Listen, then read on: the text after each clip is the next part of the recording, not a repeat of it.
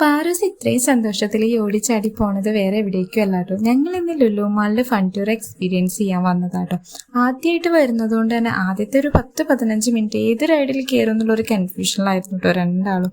അങ്ങനെ ഞങ്ങൾ ആദ്യം പോയത് ഇത് ഈ ഒരു ടോയ് ക്യാച്ചിങ് ഗെയിമിലോട്ടാട്ടോ. 2 പ്രാവശ്യം ഞങ്ങളുടെ കാശ് പോയെങ്കിലും 3ാമത്തെ പ്രാവശ്യം ഞങ്ങൾക്കൊരു ആനക്കുട്ടീനെ കിട്ടിയിട്ടോ.